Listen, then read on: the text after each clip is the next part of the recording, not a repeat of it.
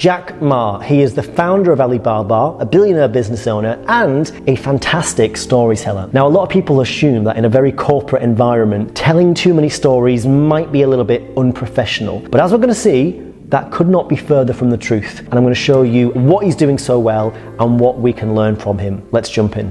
People probably know that I'm applying jobs for so many jobs, over 30 jobs, all rejected, not even got a chance. 24 of us were interviewed for a KFC job. 23 accepted. I was the only guy rejected.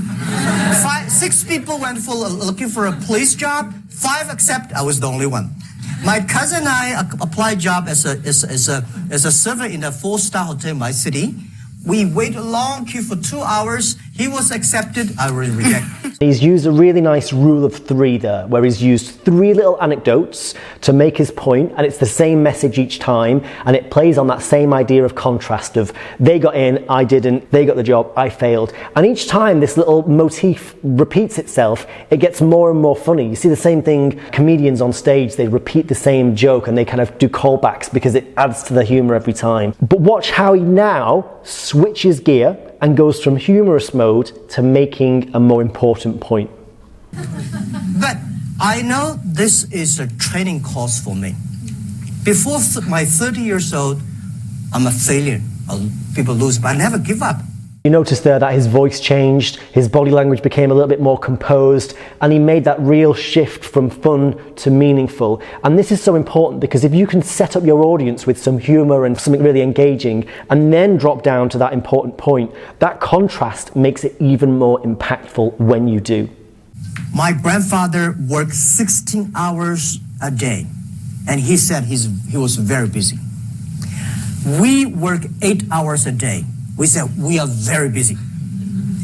Our children may only work 3 hours or 4 hours a day for 3 days a week. I bet they will say, oh, we're very busy. Then when you work only 3 hours a day and 4 days a week, what are you going to do? You're going to travel around.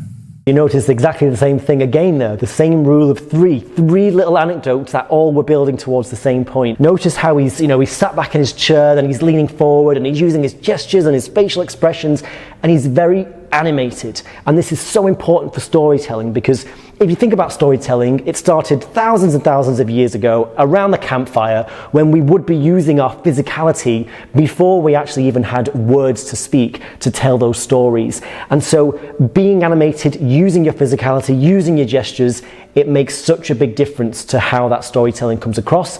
And what Jack Ma's doing so well is he is committing to it with a 100% confidence. Several years ago, there was a big earthquake in China. And there was a big earthquake in Japan. So we donated I forgot the exact, like $20,000 to Japan, $10, $15 to China. And people say, why we donate that little? Because we have a lot of money. And my point is, no matter how much money you donate, 2 million, 20 million, that money compared to that is tiny. You cannot change a lot of things there. The thing you donate because you change yourself. When you change, the world is changing. Even though there's obviously a lot of cameras and lights and press around in the background here that we can't see, he's not speaking to them. He's ignoring them entirely and he's speaking directly to the human beings in front of him. And that is such a key thing that a lot of people get wrong. As soon as you put a camera in front of them, they start looking down the lenses and performing to that rather than to the audience in front of them. But if you do it the way Jack Ma does, you get the atmosphere in the room, you get the people engaged, you get your point across to them, and then the cameras capture all of that good stuff that is happening physically in the room. And the case study go up and they start to teach in a lot of universities. The next 5 years, they invited me to go to the case study, and they always find a competitor of my company. And after every case study, Alibaba will die, that company will succeed. All the students agree.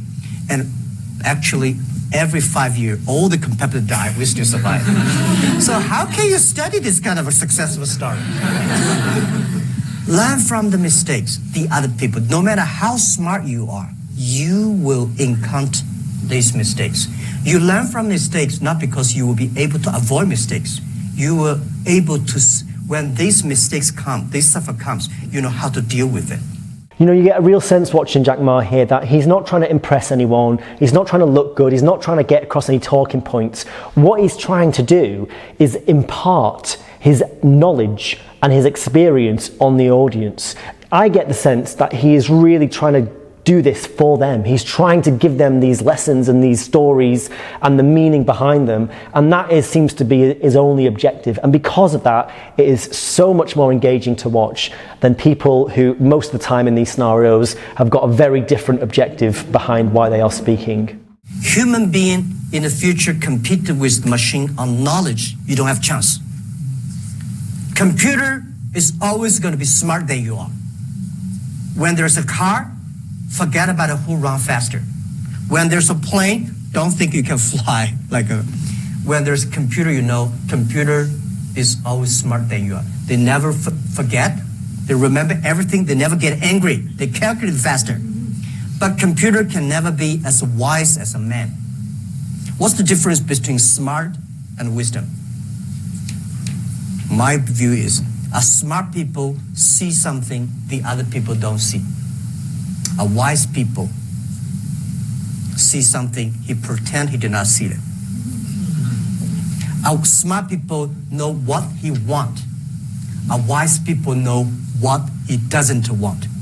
At the start, he was making that point that human beings will never be able to outthink computers. And most of us can kind of conceptualize that on some level, especially now with AI. But then he makes it far more impactful by giving us a metaphor to back it up.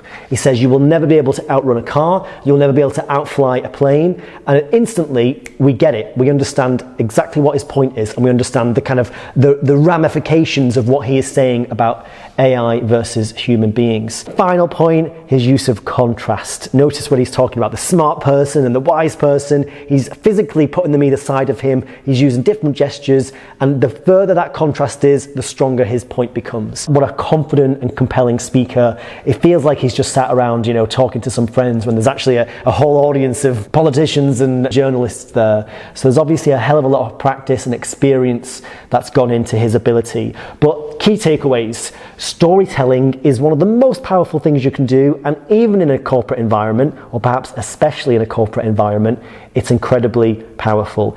If you're going to do it, make sure that you're doing it for the audience. Don't be telling stories to big yourself up or make yourself sound great. Tell stories that have got a message and a meaning that you want to share with people.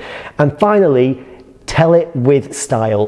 Get your gestures involved, use your voice, commit to actually telling and embodying the ethos of a storyteller, because that's going to make it land far more powerfully. All right, thanks for watching. Get out there and tell some stories.